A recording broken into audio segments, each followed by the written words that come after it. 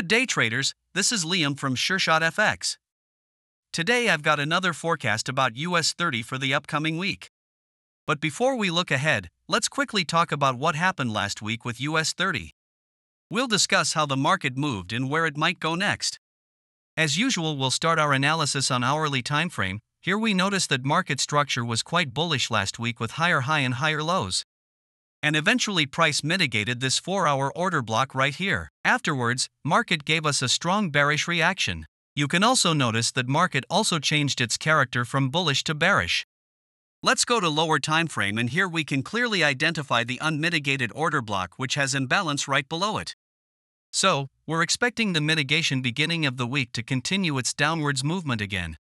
Now, let's hide our drawings and go to 4-hour time frame where we can notice the strong bearish impulse, and this upside move to this order block mitigation was just a pullback. So, we're expecting now market may go down to target week swing low. Going back to our H1 analysis, what are we expecting from US30 this week?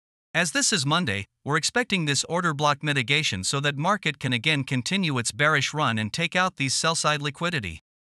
Let's see how the market unfolds this week. We also have to keep in mind that market may break this swing high and might retrace bit more higher.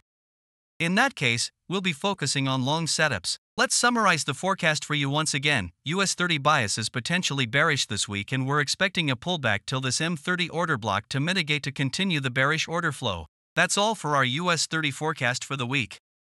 Make sure to subscribe to Sureshotfx for more helpful information about forex. I wish you all successful trades. Thanks for joining me today, and I'll see you in our next video.